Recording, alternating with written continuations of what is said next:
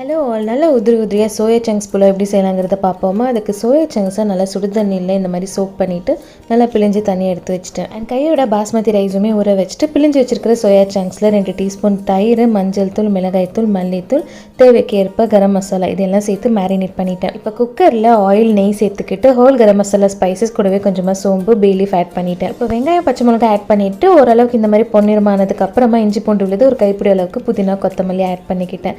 கூடவே தக்காளி சேர்த்து நல்லா சாஃப்ட் ஆனதுக்கு அப்புறமா பச்சை பட்டாணியும் ஆட் பண்ணியிருக்கேன். இதுலேயுமே 1/4 டீஸ்பூன் மிளகாய் தூள், மஞ்சள் தூள், மல்லித்தூள் ஆட் பண்ணிட்டு மேரினேட் பண்ணி வச்சிருக்கிற சோயா சங்க்ஸ் இதில் ஆட் பண்ணிட்டேன். சோப் பண்ணி வச்சிருக்கிற பாஸ்மதி ரைஸை இதில் ஆட் பண்ணி நல்லா கலந்து விட்டு தண்ணி ஆட் பண்ணிட்டேன்.